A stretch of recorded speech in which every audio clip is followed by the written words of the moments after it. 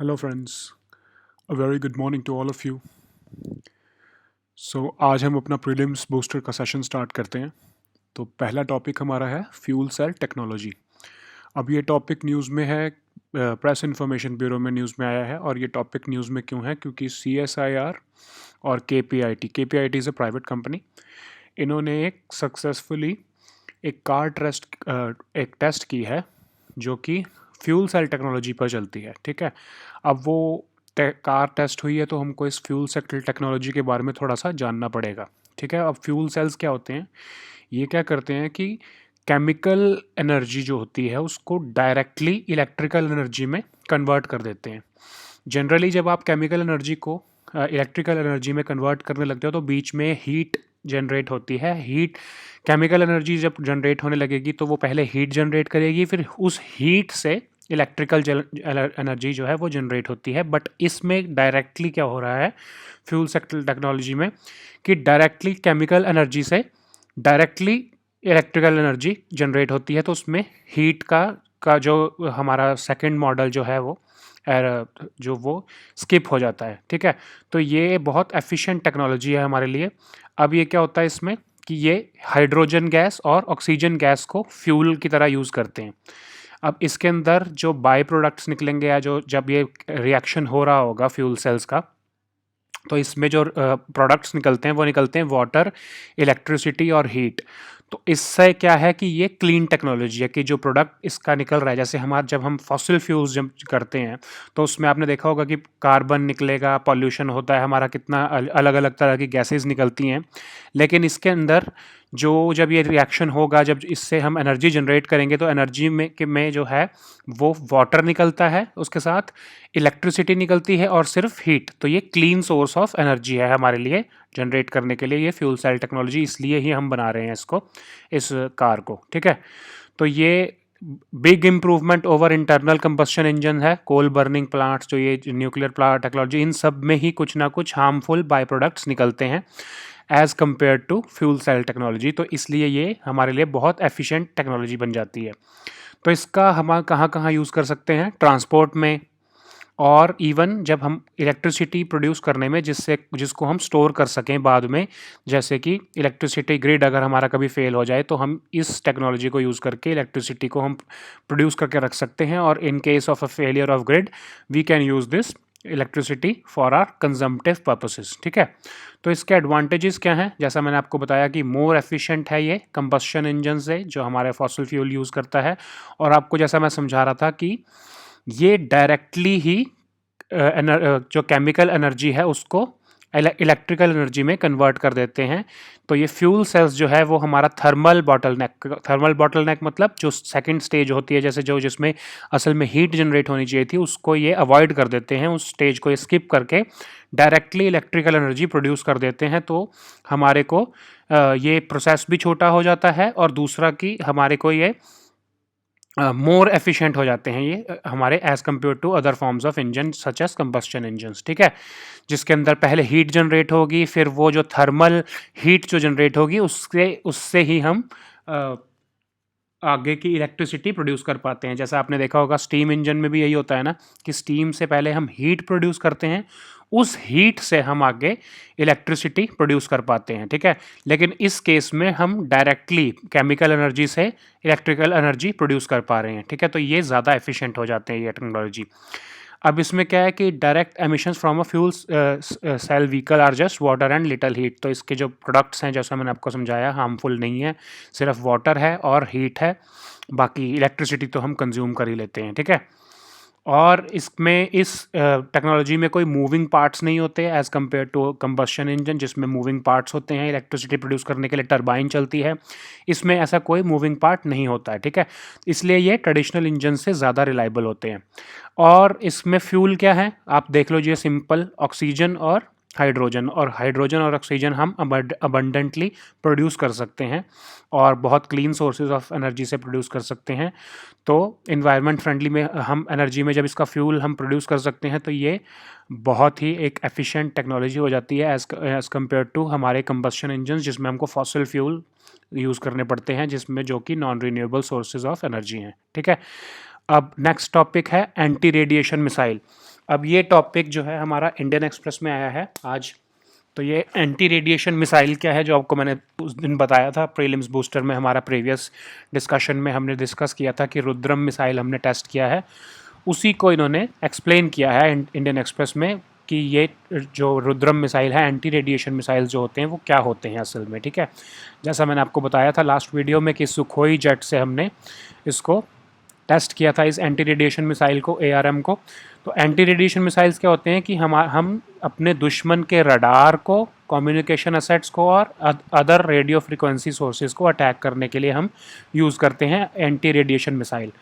ठीक है, तो जनरली हमने क्यों करना होता है, जैसे मैं आपको लास्ट वीडियो में बताया था कि ताकि जो हमारे दुश्मन हैं, जो हमारे एनिमी कंट्री हैं, उनके एयर डिफेंस सिस्टम्स को हम ब्लॉक कर सकें, उसको हम ख़राब कर सकें, ताकि हमारी जो फोर्सेस हैं वो इन्वेड कर सकें इन case of a war in another country. ठीक है, तो अब इसमें आपको, जैसा मैंने आपको और समझाया था कि ये डायरेक्टली खुद अपनी पोजीशन जो है वो परसू करेगा एज़ कम्पेयर टू, मैंने आपको लास्ट वीडियो में समझाया था एक्टिव होमिंग हेड और पैसिव होमिंग हेड का डिफरेंस। क्योंकि इसमें पैसिव होमिंग हेड यूज़ किया गया है तो ये खुद ही अपने टारगेट्स को एंगेज करेगा और फ्रीक्वेंसीज, जो रेडियो फ्रीक्वेंसीज जो एनिमी कंट्री से आ रही होंगी उसको परसू करता हुआ उनको टारगेट करेगा।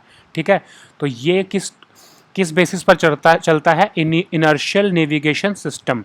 ये क्या करता है कि अपनी ऑब्जेक्ट की जो ऑब्जेक्ट मतलब इस केस में मिसाइल, जो ऑब्जेक्ट है वो अपनी खुद की ही पोजीशन को चेंज करता रखता है एज जैसा उसको लगता है कि जहाँ पर उसको रेडिएशन के सोर्स मिल रहा है तो उसके हिसाब से अपनी पोजीशन को चेंज करता रहता है। ठीक है, अब इसमें GPS भी यूज़ करते हैं, वो सैटेलाइट बेस्ड लोकेशन सिस्टम होता है। तो जैसा आपको हमने इसमें डाल दिया कि आप एग्जांपल ले लो कि हमने शंघाई में, हमें पता है कि कुछ एक स्पेसिफिक एरिया में हमें टारगेट करना है किसी रडार को, तो ये जो हमारा मिसाइल है ये GPS का यूज़ करते हुए शंघाई तक पहुंचेगा और वहाँ पर जो इसको रेडियो टारगेट मिलेगा, जो रडार में से जिसमें से रेडियो एमिशन आ रही है, उसमें ये इनर्शियल नेविगेशन सिस्टम को यूज़ करते हुए उसको अटैक कर देगा। ठीक है, तो ये हमारा ऐसा मैकेनिज़्म होता है इसका इसका जो अटैक करने का जो इसका सिस्टम है और इसका जो लोकेशन ट्रेस करने का सिस्टम है वो combination of INS and GPS होता है। ठीक है, तो अब इसका एक बहुत बड़ी खासियत है कि जैसा मैं आपको समझा रहा हूँ कि जब वो एनिमी टारगेट को एंगेज करने लगेगा तो वो देखेगा कि जहाँ से उसको रेडियो फ्रिक्वेंसी आ रही है उसको उस रडार को टारगेट करना है। बट क्या ऐसा पॉसिबल नहीं है कि जब हमारे एनिमी को लगे कि ये मिसाइल हमें टारगेट करने आ रहा है तो हम वो उसको ऑफ कर दे, उस रेडिएशन को, उस रेडियो सोर्स को। अगर वो उसको, हमारा जो टारगेट जो है, जो हमारी एनिमी कंट्री है, वो उसको ऑफ भी कर देती है उस रेडिएशन को, फिर भी ये उसको टारगेट कर देगा क्योंकि उसको एक बार पता लग गया कि यहाँ पर ये रेडिएशन का एक सोर्स है। ठीक है, तो ये Rudram missile locks on the target, it is capable of striking accurately even if the radiation source switch is of in between. अगर उसको, रुद्रम को पता लग गया कि यहाँ पर असल में रडार है और जब वो उसके पास जाने लगेगा तो अगर वो जो रडार को ऑफ भी कर देंगे या उसके रेडिएशन जो उसमें से निकलती है, जो रडार कम्युनिकेशन होती है, उसको वो ऑफ भी कर देंगे तो भी रडार जो रुद्रम है उसको एक्यूरेटली टारगेट कर देगा। जैसा मैंने आपको बताया था कि इसकी 100 से 150 किलोमीटर की टारगेट जो इसकी है ऑपरेशनल रेंज है वो 100 किलोमीटर से 150 किलोमीटर्स के बीच में है। तो यही उन्होंने बताया है। तो इसका सिग्निफिकेंस क्या है कि एयर डिफेंस सिस्टम को, जो हमने अपने एडवर्सरी है उसके एयर डिफेंस सिस्टम को सप्रेस करना है, उसको इनइफेक्टिव कर देना है, उसके लिए ये यूज़ किया जाएगा। एंटी रेडिएशन मिसाइल्स जो हैं वो कॉन्फ्लिक्ट के शुरू होते ही यूज़ किए जाते हैं और उसके बाद भी यूज़ किए जाते हैं, क्योंकि हमको रडार जो टेक्नोलॉजी है उनकी, जो कि वो हमें ना हम पे सर्वेलेंस कर पाएँ, ना वो कम्युनिकेट कर पाएँ। बेसिकली जो भी फॉर्म ऑफ कम्युनिकेशन होगा उसको हिट करने के लिए ये एंटी रेडिएशन मिसाइल्स का यूज़ किया जाता है। ठीक है, तो ये साइंटिस्ट जो हैं वो कहते हैं कि मॉडर्न डे वॉरफेयर जो है वो more and more about network centric होता जा रहा है। ज़्यादा से ज़्यादा कम्युनिकेशन अच्छी करके ही हमारे एनिमी हमको अटैक करने का की क्षमता रखते हैं। विदाउट कम्युनिकेशन आप कोई भी लड़ाई नहीं लड़ सकते, इसलिए अगर आपको टारगेट करना है सबसे पहले उनके कम्युनिकेशन के सोर्स को ही टारगेट करना पड़ता है, ठीक है। तो और अब नेक्स्ट टॉपिक हमारा है ग्रेडेड रिस्पॉन्स एक्शन प्लान। अब ये भी इंडियन एक्सप्रेस में आया है। अब ये क्या होता है कि जब हमारे, आपने देखा होगा कि जब सर्दियों का मौसम शुरू होता है तो दिल्ली में और एनसीआर रीजन में पॉल्यूशन बहुत ज़्यादा हो जाता है। तो उस टाइम पर ये ग्रेडेड रिस्पॉन्स एक्शन प्लान जो है वो इन्फोर्स हो जाता है। तो ये याद रखना कि ये थ्रू आउट द ईयर नहीं रहता है, ये सिर्फ एक इमरजेंसी रिस्पॉन्स सिस्टम है। ये सिर्फ तब एक्टिवेट होता है जब पॉल्यूशन इस रीजन में ज़्यादा हो जाता है, और इसको ग्रेडेड रिस्पॉन्स एक्शन प्लान को तब फोर्स करने की ज़रूरत पड़ जाती है ताकि हम उस पॉल्यूशन के जो हमारा ट्रबल है उसको टैकल कर सकें। अब सुप्रीम कोर्ट ने ये 2016 में ग्रेडेड रिस्पॉन्स एक्शन प्लान बनाने की बात कही थी। उसी के कंटेक्स्ट में उन्होंने EPCA बनाया था, जिसके अंदर सेवरल स्टेट्स के जो एनवायरमेंटल सेक्रेटरीज़ हैं या फिर जो बहुत एनवायरनमेंट पे एक्सपर्ट्स हैं उनको डाला गया था, कुछ प्रोफेसर्स को डाला गया था DU के, JNU के, और जो सेवरल गवर्नमेंट्स जो कि NCR का पार्ट हैं उनके भी मेंबरशिप इसमें ली गई थी। तो ये एक बहुत बड़ी बॉडी बना दी गई है जो कि इस ग्रेडेड रिस्पॉन्स एक्शन प्लान को मॉनिटर करती है, और ये स्टेट गवर्नमेंट के रिप्रेजेंटेटिव्स और उनके एक्सपर्ट्स के साथ बात करके इस प्लान को आगे बढ़ाने के बारे में बात करती है, या किस तरीके से इसको इम्प्लीमेंट किया जाएगा उसके बारे में बात करती है। तो इसकी EPCA की मैंडेट कहाँ से आती है? सुप्रीम कोर्ट से, ठीक है। सुप्रीम कोर्ट के कहने पर ये बनी है EPCA, ठीक है। सेंट्रल गवर्नमेंट के कहने पर ही नहीं, सुप्रीम कोर्ट के कहने पर बनी है। अगर आपको स्टेटमेंट आती है कि मिनिस्ट्री ऑफ इन्वायरमेंट ने बनाई है ये, तो वो स्टेटमेंट गलत है, सुप्रीम कोर्ट ने ये EPCA बनाया है, ठीक है। अब ये जैसा मैं आपको बता रहा हूँ कि ये सिर्फ एक एमरजेंसी मेजर है, it does not remain in force in this region throughout the year. It only gets activated once the pollution level reaches beyond a threshold, ठीक है। तो ये does not include action by various government throughout the year. Throughout the year जितने भी action लिए जाएंगे pollution control के, वो GRAP में नहीं लिए जाएंगे, वो अलग उनके इंडिविजुअल एक्शंस होंगे। ये बेसिकली आपको जो ग्रेडेड रिस्पॉन्स एक्शन प्लान है ये एक कोहेसिव या फिर एक ग्रुप एक्शन प्लान है इन सारी स्टेट्स का जो NCR में आती है, ठीक है। तो अब जो ये प्लान है ये इंक्रीमेंटल होता है। इंक्रीमेंटल मतलब धीरे धीरे मूव करता है, धीरे धीरे प्रोग्रेस करता है। जब पुअर क्वालिटी होगी पॉल्यूशन की या फिर एयर की जब पुअर क्वालिटी होगी तब एक अलग थोड़े कम स्ट्रिंजेंट मेजर्स होंगे। जब वो बहुत वेरी पुअर हो जाएगी तो थोड़े ज़्यादा डिफ़िकल्ट या ज़्यादा स्ट्रिक्ट मेजर्स लिए जाएंगे। और जब वो जैसे सिवियर क्वालिटी में सिवियर एयर क्वालिटी हो जाएगी, जब वहाँ पर सिवियरली बैड हो जाएगी तो बहुत ही स्ट्रिक्ट मेजर्स जो हैं वो इन्फोर्स हो जाते हैं इस पीरियड के टाइम पे, ठीक है। तो जनरली ये जैसे अब इस साल में 2020 में ये कह रहे हैं कि 15 अक्टूबर से ये GRAP के जो हमारा प्लान है ये एक्टिवेट हो जाएगा NCR रीजन में, ठीक है। तो इसका क्या होता है कि अब इसमें सक्सेसफुल किस चीज़ में रहा है ये, कि एक तो इसने स्टेप बाय स्टेप हमारे को पूरा प्लान बता दिया है कि दिल्ली NCR रीजन में क्या लेंगे जब ऐसा पॉल्यूशन की स्थिति आ जाती है, ठीक है। दूसरा, सारी की सारी जितनी भी सेवरल एजेंसीज जो कि पॉल्यूशन को टैकल करने में जिनका कुछ स्टेक है, जो मतलब एक्सपर्टीज़ है जिनके पास, उन सबको एक टेबल पर ले आए हैं और उससे EPCA बना दिया गया है, और वो लोग सब हेल्प करते हैं GRAP को इम्प्लीमेंट करने में, ठीक है। सारे pollution control boards, industrial area authorities, municipal corporations, regional officials and even IMD, ये सब मिलकर डिसाइड करते हैं कि GRAP को किस तरह से लागू किया जाएगा, ठीक है।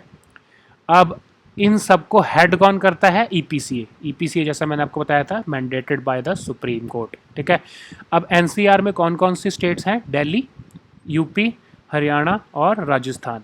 ये सारी स्टेट्स के भी डिफरेंट एजेंसीज इसके अंदर GRAP को इन्फोर्स करने में हेल्प करती हैं, ठीक है।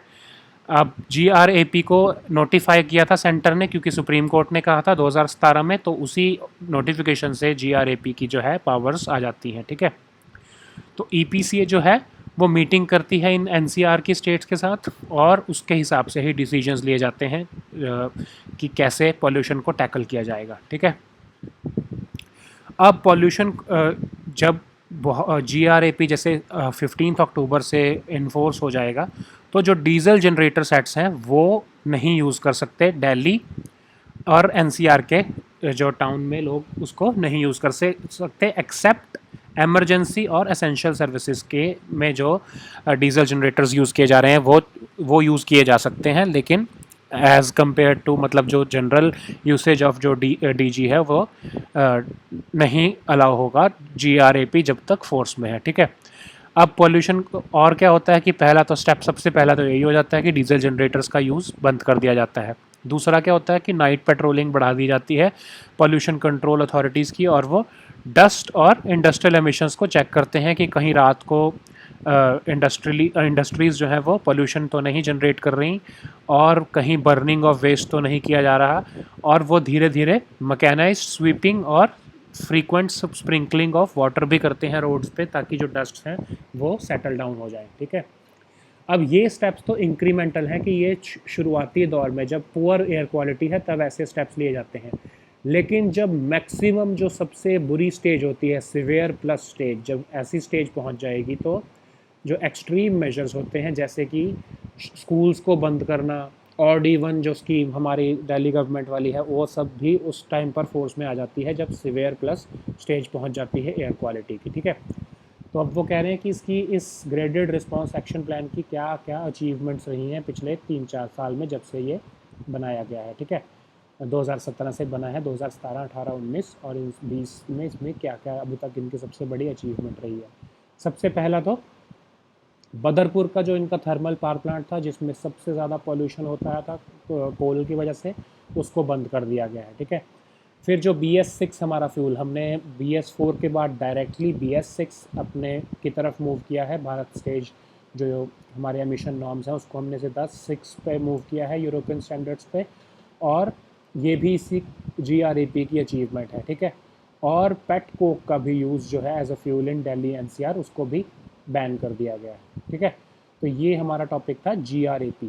अब नेक्स्ट टॉपिक हमारा है ये हिंदू में, आज संडे के हिंदू में, इसको जो हमारी इस बार संडे की हिंदू आई थी उसमें साइंस एंड टेक्नोलॉजी के पेज पे ये एक आर्टिकल आया था जिसमें उन्होंने बताया था कि सिनेड्रेला येलो वेन क्लियरिंग वायरस, इसके बारे में कुछ बात की गई थी कि ये क्या होता है, ठीक है। ये एक वायरस जो है इन्होंने बोला है कि प्लांट्स और वायरसेस जो हैं जब एक दूसरे के साथ लड़ते रहते हैं, और वो कैसे लड़ते हैं, हमने ये एक रिलेशनशिप इसके ऊपर हमारे कुछ साइंटिस्ट ने एक्सपेरिमेंट किया है, ठीक है।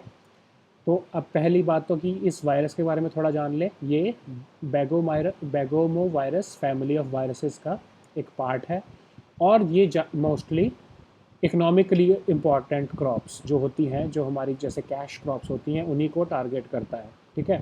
तो इसलिए हमारा नुकसान ज़्यादा हो जाता है क्योंकि ये इकोनॉमिकली जो हमारे लिए इम्पॉर्टेंट क्रॉप्स हैं उनको टारगेट करता है। तो वो कह रहे हैं कि ये आर्म्स रेस है क्या प्लांट्स और वायरस के बीच में। तो अब उन्होंने एक्सपेरिमेंट में देखा कि जब सबसे पहले वायरस जो है वो प्लांट को अटैक करेगा, ठीक है। अब उसके रिस्पांस में प्लांट के कुछ डिफेंस मैकेनिज़्म होते हैं, तो प्लांट के जो डिफेंस मैकेनिज़्म हैं वो एक्टिवेट हो जाएंगे और वो काउंटर अटैक करेंगे ताकि वायरस को हरा सकें, ठीक है। उसके बदले उन डिफेंस मैकेनिज़म्स के बदले में प्लांट भी एक काउंटर अटैक करेगा ताकि वो जो प्लांट के जो डिफेंस मैकेनिज़म्स हैं उनको डीएक्टिवेट कर सके और प्लांट के ऊपर अटैक कर सके, ठीक है। तो ये ही आपस की लड़ाई चलती रहती है प्लांट की और वायरस की। प्लांट और वायरस एक दूसरे से ऐसे लड़ते रहते हैं और अल्टीमेटली देखते हैं कौन इसमें जीतता है, ठीक है। तो अब जनरली क्या होता है, क्या प्रोसीजर है इसका। When the virus attacks the plant it produces when clearing symptoms which make the plant beautiful. तो जब आपको ऐसा लगेगा इन कैश क्रॉप्स में कि प्लांट जो दिखने में बहुत अच्छा हो गया है, तो मोस्टली ऐसा हो सकता है कि उसको वायरल अटैक हुआ हो उस प्लांट के ऊपर। तो वो उसका एक डिफेंस मैकेनिज़्म है कि उनकी जो वेन, जो उनमें आपने देखा होगा ना कि हमारी बॉडी की जो वेन्स होती हैं उसकी जैसे ही एक वेन्स उनकी लीफ में उनके दिखेंगे आपको प्लांट्स के, वो वेन्स जो हैं वो वायरस को पुश करने की कोशिश करती हैं। तो इस पूरे प्रोसीजर के दौरान वो बहुत अच्छी दिखने लगती हैं। तो जब आपको लगेगा वो देखने में तो आपको बहुत ब्यूटीफुल लगेंगी, लेकिन असल में वो एक डिफेंस मैकेनिज्म है। वो प्लांट की जो वेन्स हैं वो लड़ रही हैं वायरस के साथ, ठीक है।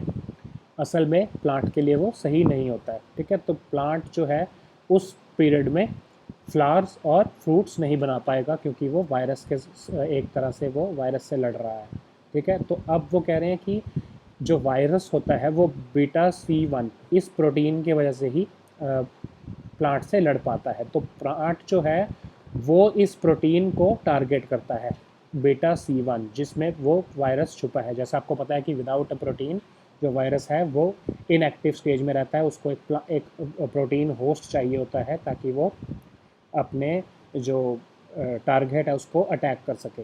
तो जो प्लांट है वो सेवरल अदर प्रोटीन्स के साथ मिलकर, जैसा कि ये एक प्रोटीन का नाम है यूबिक्यूटिन, इसके थ्रू इस बीटा C1 प्रोटीन को अटैक करेगा ताकि इस प्रोटीन को वो ख़त्म कर सके और वायरस जो है वो ख़त्म हो जाए।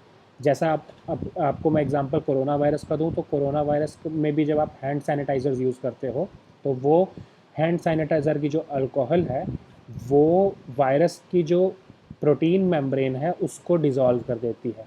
तो जब वो प्रोटीन मेम्ब्रेन डिज़ोल्व हो जाती है तो वायरस जो है वो एक्सपोज हो जाता है, और एक्सपोज होने की वजह से वो डीएक्टिवेट हो जाता है, वो ख़त्म हो जाता है, ठीक है। तो यही प्लांट की जो प्रोटीन है, समझ लीजिए कि जो प्लांट प्रोटीन यूबिक्यूटिन है वो बीटा C1 को के लिए एक तरह से सैनिटाइज़र का काम करता है। वो बीटा C1 के जो मेम्ब्रेन है उसको ख़त्म कर देगा और वायरस को एक्सपोज कर देगा इन्वायरमेंट में और डीएक्टिवेट कर देगा, ठीक है। तो अब ये how does the virus respond to it, ये भी आप इसको पढ़ सकते हैं। ये इसमें कुछ ऐसे आप चीज़ें हैं जो आपको यूपीएससी के पॉइंट ऑफ व्यू से पढ़ने के लिए तो इम्पोर्टेंट नहीं है, बट आप उसको पढ़ लोगे तो आपको पूरा ये प्रोसेस समझ आ जाएगा, ठीक है। अब नेक्स्ट टॉपिक हम देखते हैं मुल्ला पेरियार डैम। अब ये न्यूज़ में क्यों चल रहा है कि तमिलनाडु गवर्नमेंट के ऊपर एक लिटिगेशन डाली गई है, एक पटिशन डाली है कुछ लॉयर्स ने, और उन्होंने कहा है कि जो इसकी मुल्ला पेरियार डैम है इसकी जो प्रॉपर सुपरविजन नहीं हो पा रही है वाटर लेवल्स में, और जो सुपरवाइजरी कमेटी जो सुप्रीम कोर्ट ने बनाई थी इसको सुपरविजन के लिए, असल में इस सुपरवाइजरी कमेटी ने अपनी ड्यूटीज़ को और अपनी पावर्स को एक सब कमेटी को डेलीगेट कर दिया है, और वो खुद अपना काम करने के बजाय उस सब कमेटी की थ्रू काम करवा रही है, ठीक है। अब स्टेट ने इसमें रिस्पांस दिया है, तमिलनाडु गवर्नमेंट ने इसमें रिस्पांस दिया है कि जो एलिगेशंस लगाई जा रही हैं वो गलत है। वो उसका रिस्पांस क्या है अब ये देखते हैं, ठीक है। स्टेट ने काउंटर किया है एलिगेशंस की जो 2014 में आपने सुपरवाइजरी कमेटी बनाई थी फॉर मुल्ला पेरियार डैम जो है वो आप कह रहे हो कि डेलीगेट कर दिया है उन्होंने काम अपना एक सब कमेटी को, वो सही नहीं है ये एलिगेशन, ठीक है। तो स्टेट ने एक्सप्लेन किया है कि सब कमेटी जो जिसकी आप बात कर रहे हो कि जिसको डेलीगेट कर दिया है सुपरवाइजरी कमेटी ने काम, वो तो एक बहुत ही छोटे लेवल की सब कमेटी है जिसके में सिर्फ एग्जीक्यूटिव इंजीनियर जो HCN जो होते हैं उसको चेयर कर रहे हैं सेंट्रल वाटर कमीशन के, और उसका हेड क्वार्टर्स भी जो है वो भी कोची में है, ठीक है। ना कि वो केरला में ही है, मतलब तमिलनाडु में तो उनका हेड क्वार्टर्स भी नहीं है, और जो है वो कमेटी जो है वो बहुत ही छोटे लेवल की एक HCN के लेवल की कमेटी है। तो वो कैसे इतनी बड़ी एक सुपरवाइजरी कमेटी जो सुप्रीम कोर्ट ने बनाई है उसको कैसे उसके रिस्पॉन्सिबिलिटीज़ को कैसे अज्यूम कर सकती हैं, ठीक है। तो वो कह रहे हैं कि सब कमेटी जो है उसका काम केवल सिर्फ inspection of dam, data collect करना और सीपेज और ये जो जितना डेटा होता है वाटर सैंपल्स का इसको कनेक्ट करने का ही काम है, और वो जो ये डिटेल्स होती हैं ये रादर सुपरवाइजरी कमेटी को सबमिट करती हैं, और ये सारी डिटेल्स जो हैं जो सब कमेटी कलेक्ट करेगी इसके बेसिस पर ही सुपरवाइजरी कमेटी एक्शन लेती है, ठीक है। तो सब कमेटी वो कह रहे हैं कि ऐसी कोई भी पावर नहीं है सब कमेटी, क्योंकि बहुत स्मॉल कमेटी है, उनके पास ऐसी कोई पावर नहीं है कि वो डायरेक्शन दे सकें किसी भी स्टेट को, ना तो तमिलनाडु को और ना ही केरला को, ठीक है। तो वो कह रहे हैं कि sub committee is only assisting the supervisory committee, this can not be called as the delegation of authority of the supervisory committee, ठीक है। तो ये एक पूरा इशू चल रहा है, ये केस चल रहा है सुप्रीम कोर्ट में पटिशन के ऊपर। तो ये हमको भी इसके में जानना चाहिए कि ये मुल्ला पेरियार डैम है क्या, ठीक है। अब ये कहाँ पर लोकेटेड है? केरला के इडुक्की डिस्ट्रिक्ट में, कॉन्फ्लुएंस ऑफ मुल्लायार और पेरियार रिवर। अब ये पेरियार रिवर के बारे में भी हम देखेंगे। अब ये डैम बनाया गया था तमिलनाडु गवर्नमेंट के द्वारा, ताकि उनके ड्रिंकिंग वाटर और इरिगेशन की जो रिक्वायरमेंट है, 5 डिस्ट्रिक्ट्स हैं जो तमिलनाडु के साउथ सदर्न एरिया में, वो क्योंकि वहाँ पर मानसून की जो रेंज है वो नहीं आ पाती क्योंकि वो रेन शेडो एरिया में है, तो वहाँ के पे सूखा बहुत पड़ता है। उसके सूखे को से बचने के लिए उन ब्रिटिश रूल के टाइम पर जो ये मुल्ला पेरियार डैम है, इसको बनाने की इजाज़त दी गई थी तमिलनाडु को। और 999 ईयर की लीज जो थी ब्रिटिश रूल के टाइम पे बनाई गई थी, और ऑपरेशनल राइट्स जो थे वो केरला में इस डैम को बनाने के तमिलनाडु को दे दिए गए थे, ठीक है। तो ये क्या करता है डैम कि वेस्ट फ्लोइंग जो पेरियार रिवर है उसको ईस्टवर्ड मूव करवाता है, और जो रेन शेडो रीजन्स हैं तमिलनाडु के जो ये 5 डिस्ट्रिक्ट्स, इनमें पानी देने की व्यवस्था करता है, ठीक है।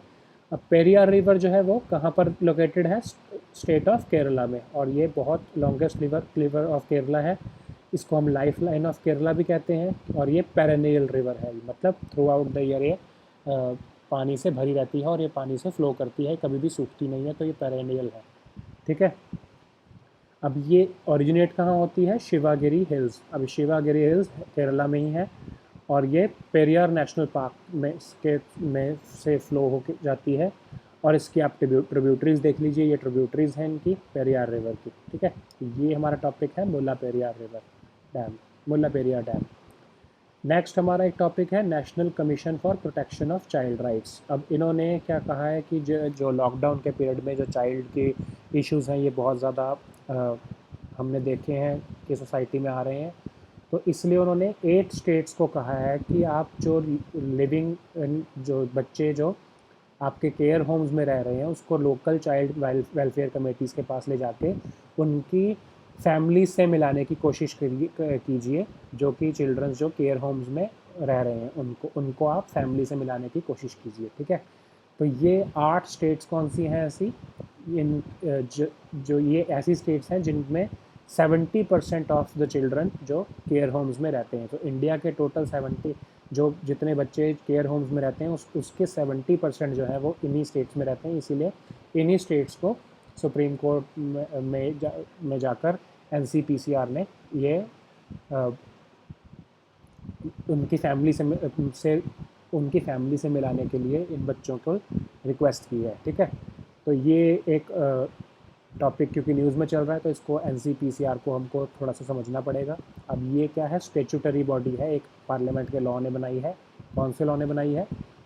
Commission for protection of child rights act 2005, ठीक है। तो ये इसका मोटिव क्या है कि चाइल्ड सेंट्रिक अप्रोच होनी चाहिए हमारे सारे लॉज में, प्रोग्राम्स में, पॉलिसीज़ में, और एडमिनिस्ट्रेटिव मैकेनिज़म्स जितने भी इंडिया में एग्जिस्ट करते हैं वो सब बेसिकली चाइल्ड राइट्स के अप्रोच को अपने एक तरह से अपने पॉलिसीज़ में उसको अपनाएं, ताकि कोई भी चाइल्ड जो राइट्स हैं वो एक्सक्लूसिव ना हो पाएँ, चाइल्ड राइट्स जो हैं वो पीछे ना छूट पाएँ, ठीक है।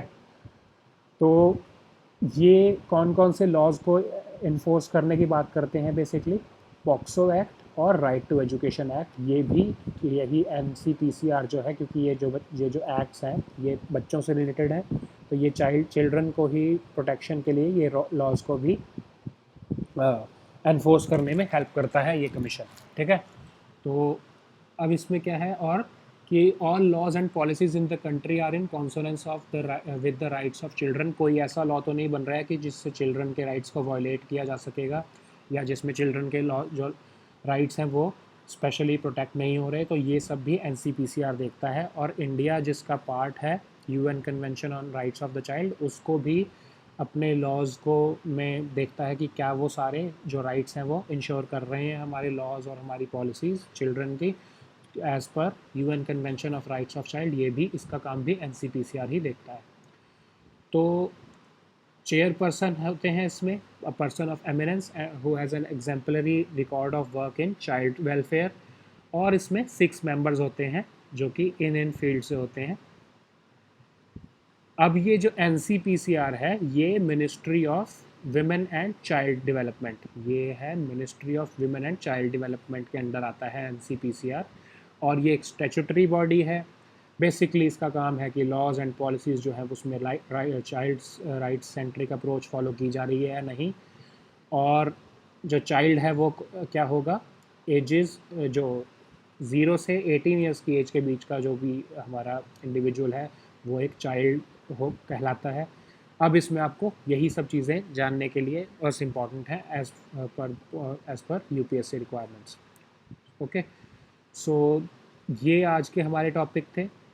For downloading this PDF you should join our Telegram group. और कुछ लोग लिख रहे हैं नीचे कमेंट्स में कि जो डिस्क्रिप्शन में लिंक दिया है टेलीग्राम का वो चल नहीं रहा है, तो please check again from your mobile और फ्रॉम योर कंप्यूटर की, क्योंकि हमारी तरफ से वो लिंक चल रहा है, हमारे बाकी भी स्टूडेंट्स हैं वो कह रहे हैं कि ये लिंक चल रहा है। तो आप देखिए कि कहीं आपके फ़ोन में या आपके इंटरनेट में कुछ प्रॉब्लम तो नहीं है जिसकी वजह से वो लिंक आपको ओपन नहीं हो पा रहा है, या कभी कभी ब्राउज़र में कुछ इश्यूज़ होते हैं तो भी वो लिंक नहीं ओपन हो पाता है। तो आप प्लीज़ अपने एंड पर उसको चेक कीजिए। ये टेक्नोलॉजी का जो आपका ग्लिच है वो आपके एंड पर है, हमारे इधर से ये लिंक प्रॉपरली चल रहा है और हमारे जितने भी यूज़र्स हैं वो इसको एक्सेस कर पा रहे हैं इस टेलीग्राम चैनल को। ठीक है, so thank you friends for this session. Have a nice day. We'll see you next time.